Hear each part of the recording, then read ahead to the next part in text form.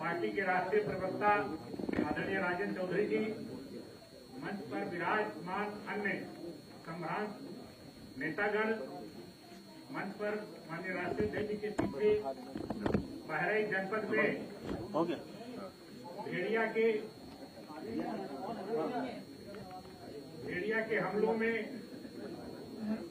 10 लोगों की मृत्यु हो गई, जिसमें 10 मृतक परिवार के सदस्य यहाँ माननीय राष्ट्रीय अध्यक्ष की कृपा से आए हुए हैं, पीछे विराजमान हैं, और घायल करीब उनकी संख्या 60 है।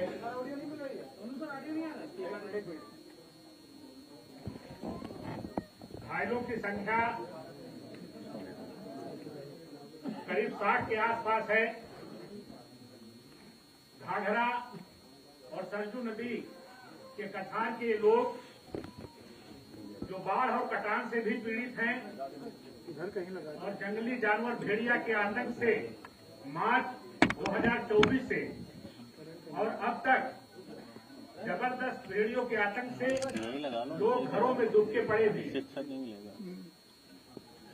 ऐसी स्थिति में हमारे पार्टी के बहराइच के तमाम नेता भेड़िया पीड़ित लोगों के दुख दर्द में शामिल हुए और माननीय राष्ट्रीय अध्यक्ष जी को उसकी रिपोर्ट भेजी गई। हमारे राष्ट्रीय अध्यक्ष जी करुणा के सिंधु हैं, उन्होंने दया दिखाई हमारे इन पीड़ित परिवारों की तरफ से। इसमें 3 लोग बाढ़ की वजह से नहीं आ पाए, जो मृतक है परिवार। और मान्यवर, बहुत ही रिमार्केबल बात यह है कि प्राथमिक स्वास्थ्य केंद्र पर जिन घायलों का इलाज हुआ है उसकी अधिकृत सूची हमारे पास है, उनकी संख्या है 43। और वन विभाग जो घायल हुए हैं उनकी सूची 14 की पुष्टि कर रहा है, जबकि सरकारी अस्पताल में ही भेड़िया के हमलों में 43 लोगों का इलाज हुआ है और तमाम ऐसे भी लोग हैं जिन्होंने प्राइवेट अस्पतालों में इलाज करा लिया। इस सरकार की बेशर्मी की हद इस से देखी जा सकती है कि इसमें जो राहत दी जा रही है, मदद दी जा रही है, उसमें भी पक्षपात और तमाम प्रकार का भेदभाव किया जा रहा है। घायलों को मान्यवर सरकार की तरफ से बहुत कम से कम 10-12 लोगों को 5600 रुपए की मदद दी गई है और बाकी किसी को कोई मदद नहीं मिली है। जो मृतक परिवार हैं उनमें मान्यवर सरकार की तरफ से 5 लाख रुपया दिया गया है, लेकिन 2 परिवारों को उसमें भी सरकारी मदद नहीं दी गई, क्योंकि वो विशेष समुदाय के हैं और वहां पर पार्टी और जाति देख करके सरकारी मदद की जा रही है। ऐसी स्थिति में हमारे राष्ट्रीय अध्यक्ष जी ने बहराइच के भेड़िया के हमले में मारे गए परिवार के लोगों के साथ अपनी संवेदना व्यक्त की है और उनको आर्थिक सहायता के रूप में जो लोग मृतक परिवार हैं उनको 50-50 हजार रुपए का चेक और जो घायल परिवार हैं उनको 10-10 हजार रुपए प्रदान करने 25-25 हजार, घायलों को 25-25 हजार रुपए देने की आपने कृपा किया है। सबको चेक मिल गया है। मैं समाजवादी पार्टी बहराइच की तरफ से आदरणीय राष्ट्रीय अध्यक्ष जी का, पार्टी के अपने सभी सम्मानित नेताओं का और अपने नेता बहराइच के माननीय यासिर शाह साहब का इसके लिए धन्यवाद ज्ञापित करता हूं। बहुत बहुत धन्यवाद।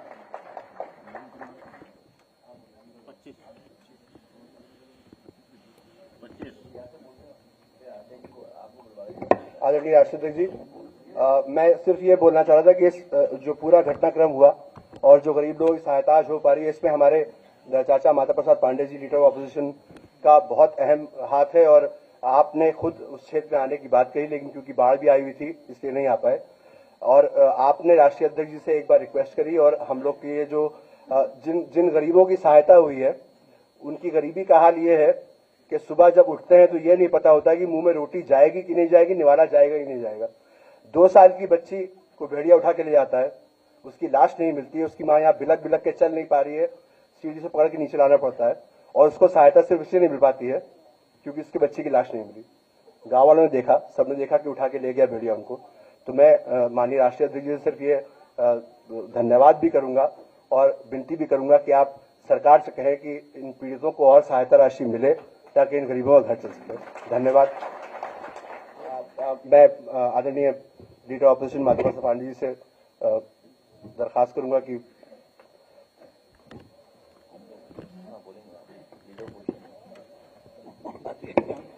आप ही तो योगी जी को प्रसाद देंगे।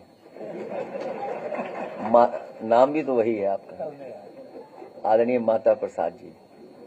माननीय राष्ट्रीय अध्यक्ष जी और हमारे मंच पर बैठे सभी पूर्व विधायकगण और साथियों, बहराइच की घटना के बारे में हम लोग बराबर सुन रहे थे। मैंने कई बार प्रयास किया, उस रास्ते से आया भी। हमने अपने जिलाध्यक्ष से बात की। मैंने कल जब ये संवेदनाएं सुनी और मैंने सुना कि भारत सरकार के उत्तर प्रदेश सरकार की तरफ से वो जात विशेष के आधार पर लोगों को अनुदान दिया जा रहा है, तो मैंने कल राष्ट्रीय अध्यक्ष जी से बात की और अपने जिला अध्यक्ष जी को भी साथ लाया था। मैं राष्ट्रीय अध्यक्ष जी को हार्दिक धन्यवाद देता हूं कि उन्होंने साहस बातें सुनी और आज पीड़ित परिवार को जिसकी सरकार ने उपेक्षा की और जो रोज पीड़ितों की सहायता के लिए रोज भाषण देते हैं, उनको एक तमाचा की तरह से आज हमारे राष्ट्रीय अध्यक्ष ने दिया है। इन गरीबों को, बेसहारा लोगों को अपने आर्थिक सहायता देकर मैं फिर उनको धन्यवाद देता हूं।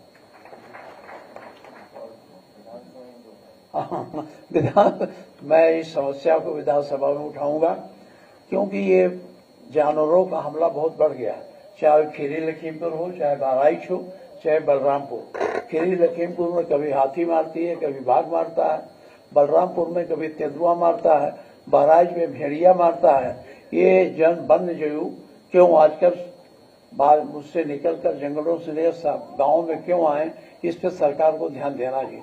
सरकार की उदासीनता का परिणाम है कि वन्य जीव इतने लोगों की हत्या कर रहे हैं और इससे लोगों में भय और आतंक का व्याप्त है। इस भय और आतंक के लिए मैं विधानसभा में बात करूंगा। राष्ट्रीय अध्यक्ष जी का अनुमोदन लेकर मैं गंभीर तरह से इसको उठाने का प्रयास करूंगा।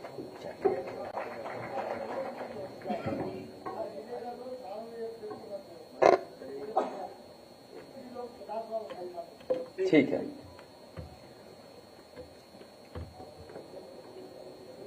मैं अपनी पार्टी के संगठन और पार्टी के बहराइच के नेताओं का धन्यवाद देता हूं कि इस गंभीर समस्या को लेकर के लीडर ओपोजिशन जी से मिले थे वो, और कल ही जब मेरी आदरणीय माता प्रसाद पांडे जी से बात हुई तो हम लोगों ने तय किया कि जिन बच्चों का नुकसान हुआ है, घायल हुए हैं, चोट खाए हैं, उन परिवार के सदस्यों को बुलाकर के मैं मिलूंगा और पार्टी की तरफ से जो कुछ मदद हो सकती है वो हम लोग करेंगे।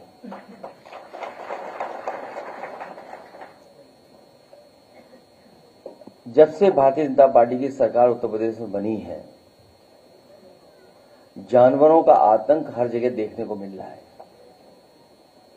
चाहे हमारे गांव हों, चाहे हमारे रहसी इलाका शहर हों, और चाहे हम नोएडा गाजियाबाद की कभी कभी खबरें सुनने को मिलती हैं, वहां से भी खबरें आती हैं। और आपको याद होगा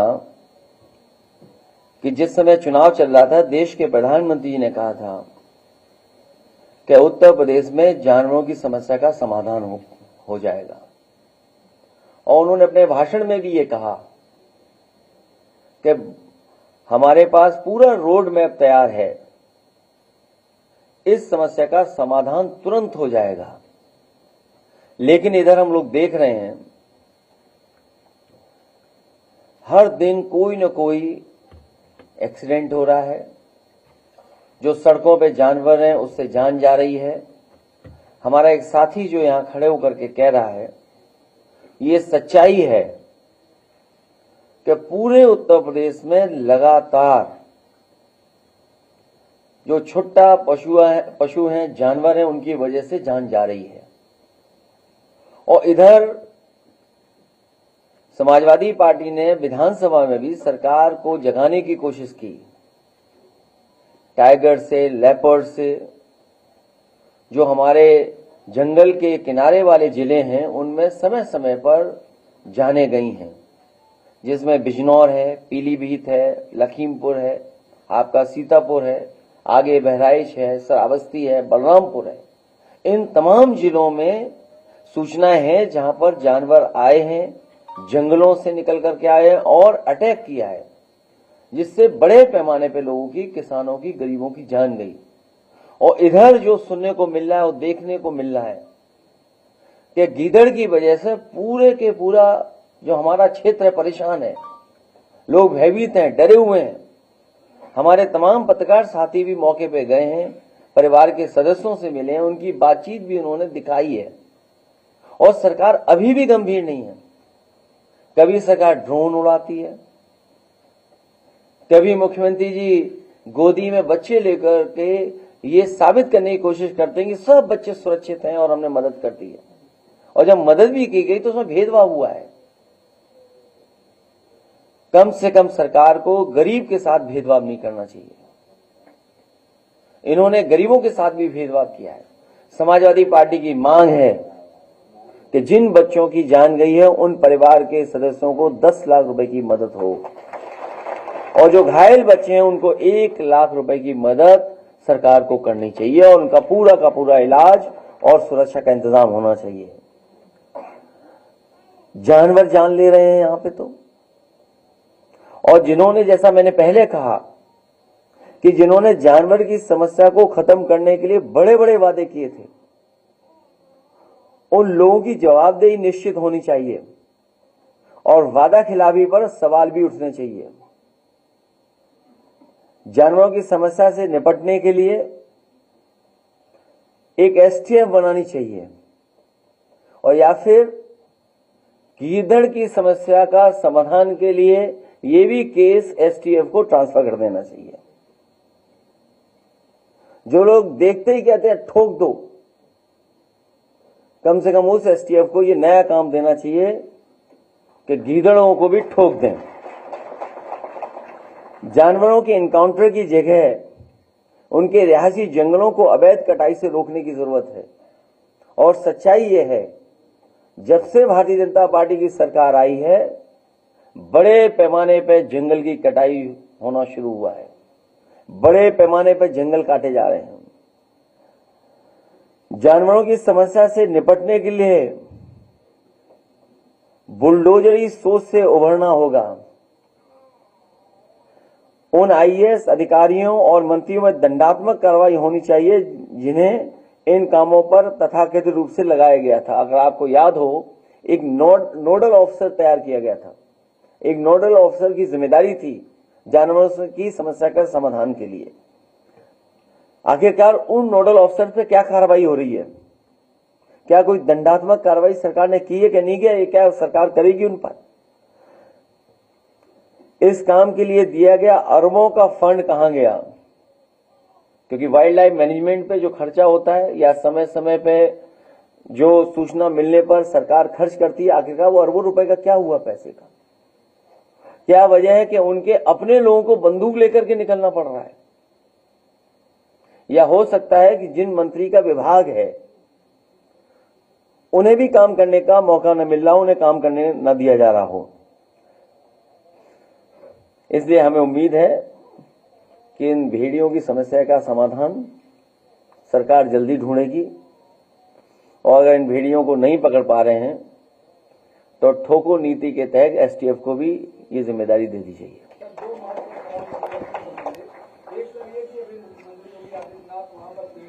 गांव में गए थे जहां पर भेड़ियों का प्रभाव है, उन्होंने आंकड़े घायलों के 20 दिखाए हैं और मृतकों के 8। आपकी लिस्ट में 60 घायल हैं और मृतकों की संख्या लगभग 10 से बता रहे, कुछ लोग आ नहीं पाए।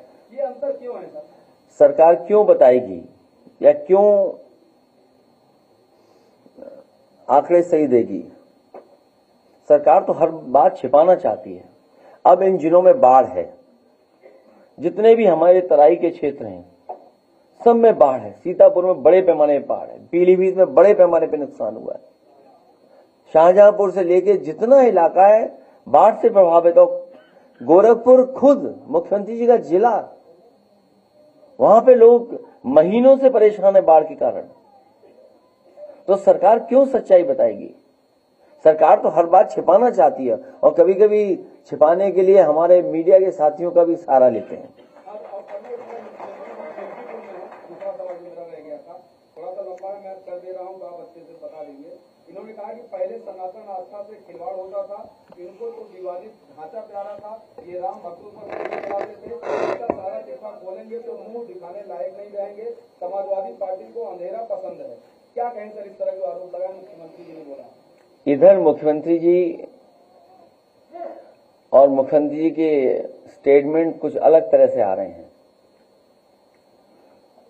समाजवादियों ने और खासकर मैंने कभी किसी संत, किसी अपने महंत, किसी सन्यासी के बारे में कुछ नहीं कहा। अगर उनको लगता है कि वो शब्द ऐसा है जिसका भाव वो किस रूप में ले रहे हैं, तो हम तो ये कहेंगे कि हमारे उत्तर प्रदेश के मुख्यमंत्री नहीं है, वो मठाधीश मुख्यमंत्री हैं। और फिर मठाधीश मुख्यमंत्री से उम्मीद भी क्या करोगे आप? इसी तरह की भाषा की उम्मीद करोगे? और ये एक दिन से नहीं हुआ है। जब से बीजेपी हारी है तब से कुछ संतुलन गड़बड़ा गया है। एक बात सर उन्होंने और कही इसी प्रकरण में कि भस्मासुर बन गए जब से 2024 में ज्यादा सीटें मिली। देखिए, जितना हमने पढ़ा है या जितने यहाँ लोग बैठे हैं जिनको जानकारी होगी, उन्होंने कहा कि सपा और कांग्रेस भस्मासुर है। देखिए, भस्मासुर दो नहीं हो सकते हैं। बीजेपी अपने भस्मासुर को ढूंढ रही है। अभी देखिए, हरियाणा हारेंगे, महाराष्ट्र हारेंगे, जहां जहां चुनाव होंगे वहां बीजेपी हारेगी। कम से कम बीजेपी को अपना भस्मासुर तो ढूंढना चाहिए। अखिलेश जी, आपने कहा कि विधानसभा में भेड़ियों का मुद्दा उठाया जाएगा, क्या एनकाउंटर का मुद्दा भी वहां पर उठाएंगे? मैंने आपसे कहा कि अगर एसटीएफ पे इतना ही भरोसा है और ठोको नीति इतना ही उन पे है, तो ये केस भी उन्हीं को ट्रांसफर कर दें। क्यों रखें फॉरेस्ट डिपार्टमेंट पे?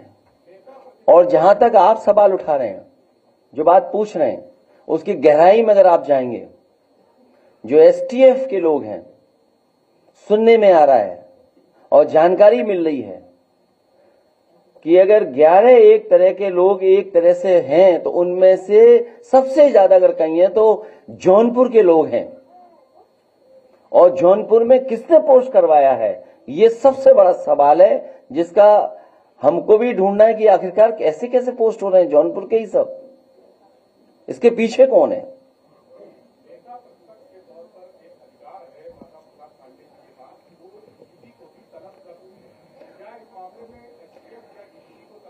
मैं तो कहूंगा लीडर ऑपोजिशन का अधिकार है, तो वो बिल्कुल उसका इस्तेमाल करें। जो अधिकारों के, देखिए, आप हमें और लीडर ऑपोजिशन को नहीं बताओगे हमें क्या करना है। अगर अधिकारों में आ रहा होगा तो मैं कहूंगा कि उस अधिकारों का इस्तेमाल हो। जौनपुर का इशारा क्या पार्टी बन के उभरे हैं और उसमें तमाम नेता आपको सुनते हैं और आपको देश सुनता है, देश की उम्मीद भी आपसे है। तो ये जो अभी कल एक स्टेटमेंट आया है गृह मंत्री जी का, वक्त, तो वक्त पे क्या आपका स्टैंड है?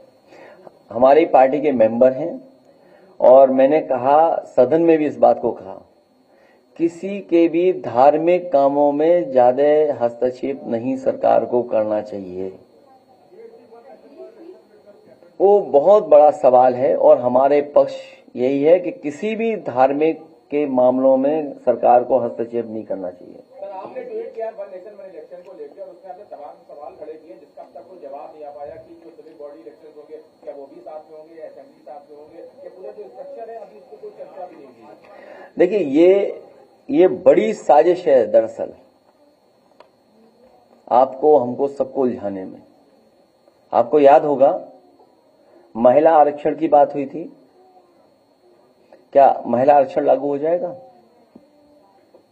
क्या सरकार इस बात के लिए तैयार है कि कब तक महिला आरक्षण लागू हो जाएगा?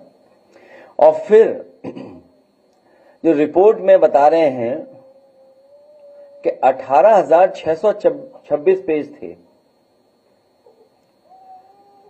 18,626 पेजेस की रिपोर्ट थी ये, वन नेशन वन इलेक्शन, और 191 दिनों में पूरी हुई है ये पूरी। लगभग 100 पेजेस प्रतिदिन का आंकड़ा है अगर हम हिसाब किताब लगाएं तो। इसी से पता चलता है कि इसके बारे में कितना सतही पर दिखावटी चर्चा हुई होगी। तो सोचिए कितना चर्चा हुई होगी। अगर इतनी बड़ी रिपोर्ट थी 18,626 पेजों की, तो क्या चर्चा हुई होगी उस पर। दरअसल ये भाजपाई रिपोर्ट है जो तैयार हुई है। वन नेशन वन इलेक्शन और वन डोनेशन।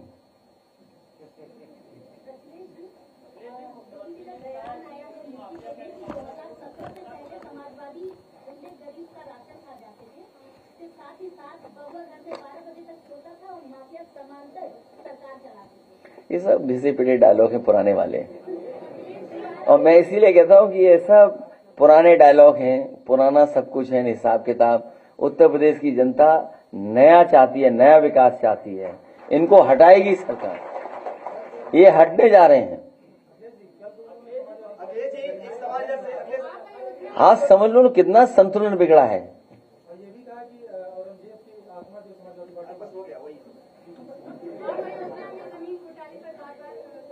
देखिए मैंने आपसे कहा, और कई बार मैंने आपसे आपके बीच में इस बात को कहा कि उत्तर प्रदेश सरकार को कम से कम टॉप 10 माफियाओं की सूची जारी करनी चाहिए। वो टॉप 10 माफिया कहां हैं और किस दल में, इसकी सबको जानकारी हो जाएगी। मुख्यमंत्री जी पहले मुख्यमंत्री हैं जिन्होंने अपने मुकदमे वापस लिए हैं, और कितने गंभीर मुकदमे लिए हैं, कितने गंभीर मुकदमे लिए हैं, ये हमारे आदरणीय माता प्रसाद पांडे जी सब जानते हैं उनके बारे में। और अगर विस्तार से सुनना चाहो तो मैं कहूं माइक उन्हें दे दूं। तो ये जो मुख्य मुद्दे हैं, उन मुद्दों से ध्यान हटाने के लिए मुख्यमंत्री जी लगातार इस तरह की बातचीत कर रहे हैं।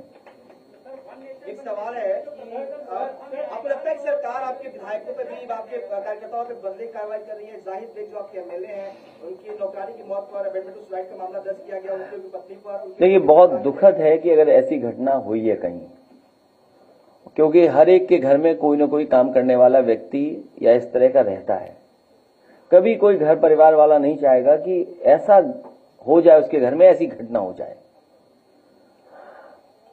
उन्हें इसीलिए परेशान किया जा रहा है कि एक तो वो समाजवादी पार्टी है, और दूसरा भारतीय जनता पार्टी को इससे लाभ मिलेगा हिंदू मुस्लिम डिवाइड करने में। ये पहले दिन से स्ट्रेटजी है भारतीय जनता पार्टी की कि समाजवादी पार्टी को कैसे बदनाम किया जाए, और अगर कहीं कोई मुस्लिम है तो बदनाम समाजवादी पार्टी को कर दो।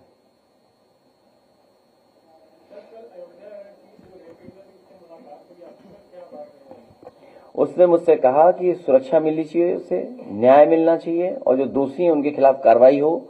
उसकी नौकरी जो मंदिर परिषद में थी उसकी नौकरी न छीनी जाए, और उसके परिवार के ऊपर अननेसेसरी दबाव न बनाया जाए, क्योंकि सरकार कोशिश कर रही है कि दबाव बनाया जाए, क्योंकि उसमें भारतीय जनता पार्टी के ही लोग शामिल हैं। तो कम से कम मुख्यमंत्री जी मिल्कीपुर गए हैं, उस बेटी के न्याय दिलाने के लिए भी कुछ न कुछ कहेंगे। आपने एसटीएफ का जिक्र किया, जॉनसन का जिक्र किया, थोड़ा उसको एलाबोरेट कर दीजिए।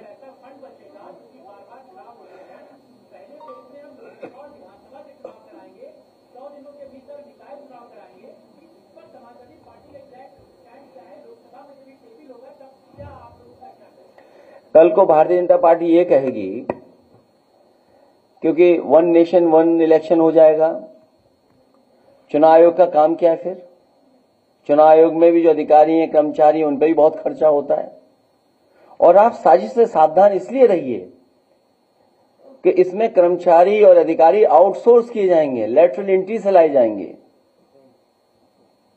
मान लीजिए अगर लेटरल एंट्री से लाए गए तब, और अभी भी आपको जानकारी होगी जहां जहां चुनाव है 10 सभी बीएलओ हटा दिए गए हैं अगर उनका कहीं भी किसी तरीके से समाजवादी पार्टी या समाजवादी पार्टी से झुकाव है या उनके नाम के आगे कुछ अगर लिखा है तो ये तो आपको भी पता है।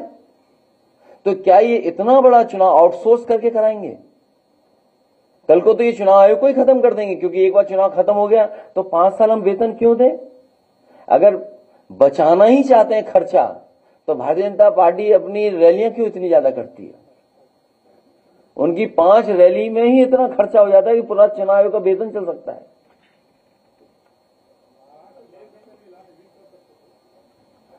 और अपनी पार्टी के राष्ट्रीय अध्यक्ष का भी चुनाव कर सकते थे।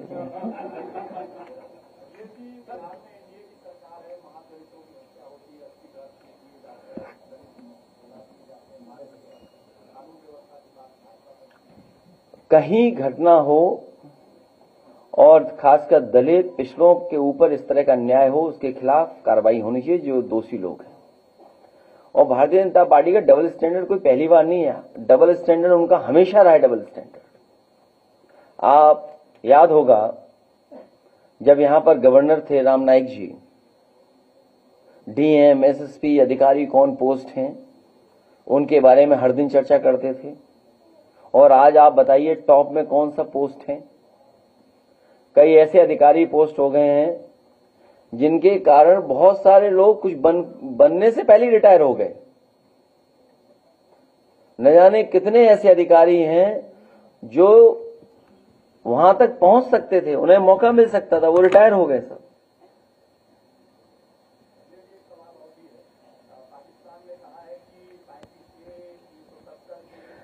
भेड़िया से बचाओ।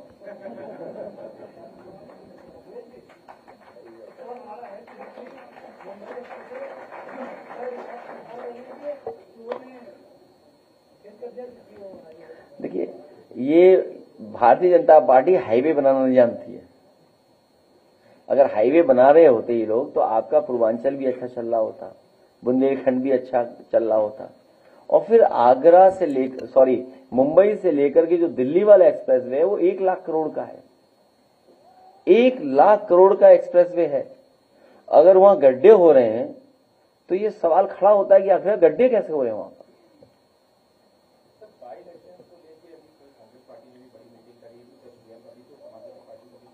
नहीं, ये तो अच्छी बात है कि दूसरे दल भी लगे हुए हैं गठबंधन को जिताने के लिए, हैं? तो वो तो पॉलिटिकल पार्टी है, वो क्यों नहीं लड़ेंगे, क्यों नहीं अपना काम करेंगे? वो तो अच्छी बात है उनके काम करने से। फिलहाल दोनों दल तैयारी कर रहे हैं। आप हमारे बारे में तो जानते हो। नहीं, इस समय देखिए, अगर भेड़िए से अलग हो जाओगे तो बड़ी दिक्कत में आएंगे हम और आप लोग। इतने परिवार के लोग बैठे हुए हैं, दुखी परिवार। आप सुनिए, मैं तो एक बच्चे से सुन रहा था अभी, मैंने कहा तो उसके चोट जो झपट्टा मारा जो, तो बोले पिता ने बताया कि पिता ने बचाया उस बच्चे को। सोचिए आप, तो कितनी दहशत में परिवार रह रहे होंगे। और फिर तब कि उनपे घर भी ऐसे नहीं है जहां पर सुरक्षित सो सकें। और बाढ़ के समय पर सोचो कैसा जीवन यापन होगा, न खाने को, न कुछ इंतजाम दवाई का, न पीने को पानी है। और गरीबी आप दिखाई दे रही, कैसी गरीब हालत में रह रहे हैं। और बहुत सारे, ठीक बात है भाई, इतना तो लिबरल होना चाहिए सरकार को। अब आप कह रहे हो कि उसकी क्योंकि बॉडी नहीं मिली इसलिए मदद नहीं होगी। अच्छा, वो गरीब परिवार के सदस्य, वो दुख में है, उनके सामने परेशानी है, वो खुद चाहते हैं कि उनका बच्चा मिल जाता, क्या वो नहीं ढूंढ रहे होंगे? बताओ, एक बच्चे के लिए अगर एक बच्चे की डेड बॉडी नहीं मिली तो उससे मदद नहीं कर रही सरकार। ये है सरकार। तभी मैंने कहा कि जो क्रोध करेगा वो योगी नहीं हो सकता, इसलिए मठाधीश मुख्यमंत्री है ये।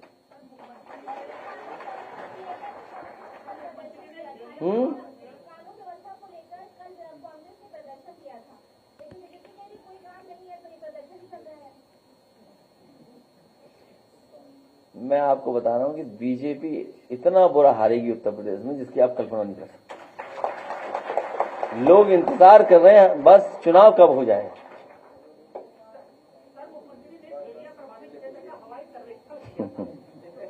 सब भाग गए होंगे भेड़िया हवाई जहाज की आवाज। वो इसीलिए मुख्यमंत्री जी हेलीकॉप्टर लेके गए जिससे कोई भेड़िया उन्हें दिखाई न दे। आप खुद सोचिए, अगर हेलीकॉप्टर थोड़ा भी नीचे आएगा उसकी आवाज से कोई जानवर रुकेगा? हैं? नहीं, वो आप खुद जानते हैं इन बातों को। वो भेड़िया ढूंढने थोड़ी गए थे। और सोचिए, गोदी में बच्चे को लिया उन्होंने, सोचिए आप, और बच्चों की मदद नहीं कर रहे। और कुछ बोला उन्होंने भी? मिल्कीपुर में नहीं बोला। क्या क्या बोलते हैं बताओ ना, पूछिए पूछिए।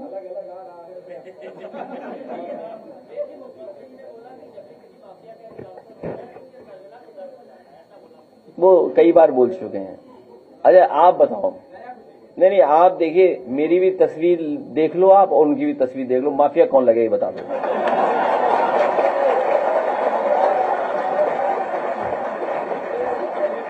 हैं?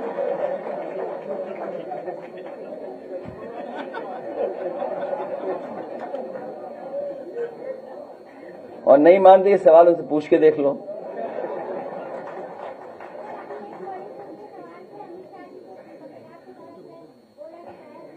इतना तो कभी कभी भड़का जाना चाहिए।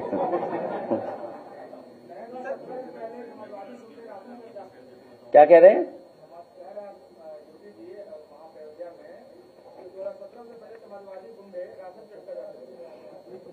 क्या बातें कर रहे हैं आप? में से बहुत सारे साथी रहे होंगे जिस समय रतन टाटा जी आए थे, याद है आपको?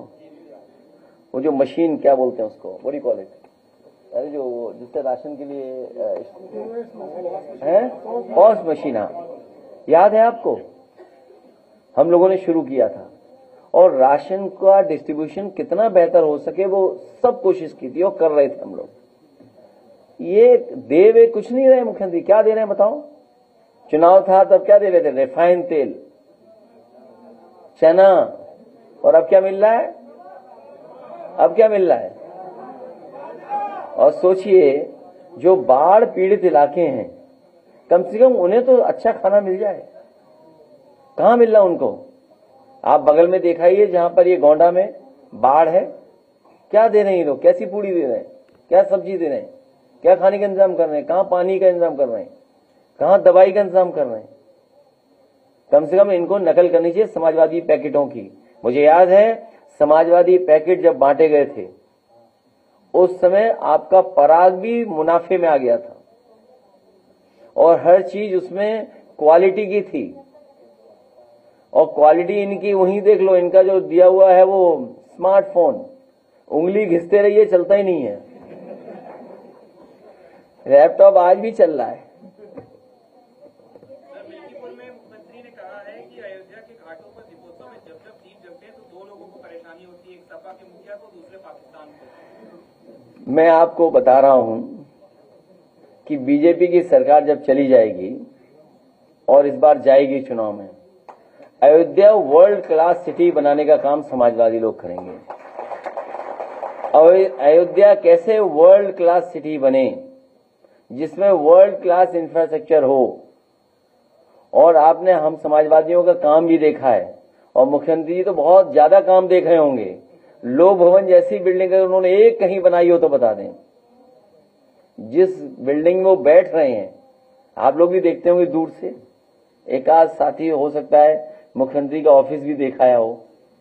हमारे समय तो कार्यकर्ता भी दिखाए थे मुख्यमंत्री ऑफिस। इस समय तो कुछ ही जा पाते होंगे उस ऑफिस में, सब नहीं जा पा रहे होंगे। कुछ ही साथी आ रहे। आप बताइए लोक भवन कैसा बना हुआ है, इस पर मत उठवाइए।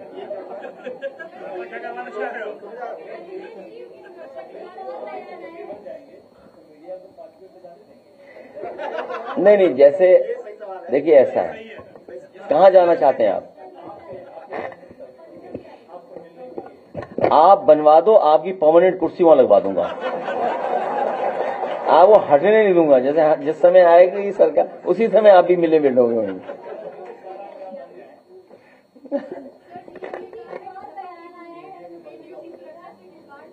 आप कैसी बातें कर, अच्छा सब, अच्छा आप एक काम करिए, एक तस्वीर उनकी रखिए, एक तस्वीर हमारी रखिए, दोनों में कौन क्या लग रहा है बता दो आप। दोबारा क्यों बुलवाते हो बात? नहीं, और मुकदमे कितने उनके ऊपर सोचिए आप, कितने मुकदमे रहे उनके ऊपर और कितनी गंभीर धाराओं के मुकदमे हैं उनके ऊपर। अच्छा ये पत्रकार हो क्या नहीं हो, वैसी कुर्सी लगा दें हम आपकी। अच्छा तब ठीक है, अच्छा तो रहेंगे आप, फिर अभी नहीं जा पाओगे शायद,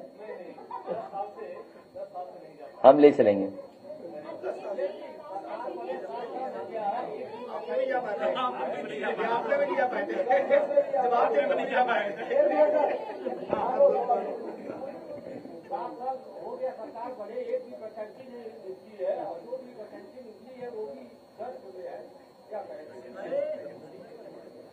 अभी बस वो खाना पूर्ति कर रहे हैं, उन्हें जाना है बस। सर वो सवाल जरा थोड़ा सा अधूरा रह गया, क्या यूपी में चुनाव में कांग्रेस समाजवादी पार्टी साथ लेकर लड़ेगी या अलग अलग लड़ेगी? क्योंकि अलग दूसरे राज्यों में इंडिया गठबंधन लड़ेगा। हाँ इंडिया गठबंधन। कैसे बुला लें, खड़ा कर दें तो परिवार के लोगों कैसे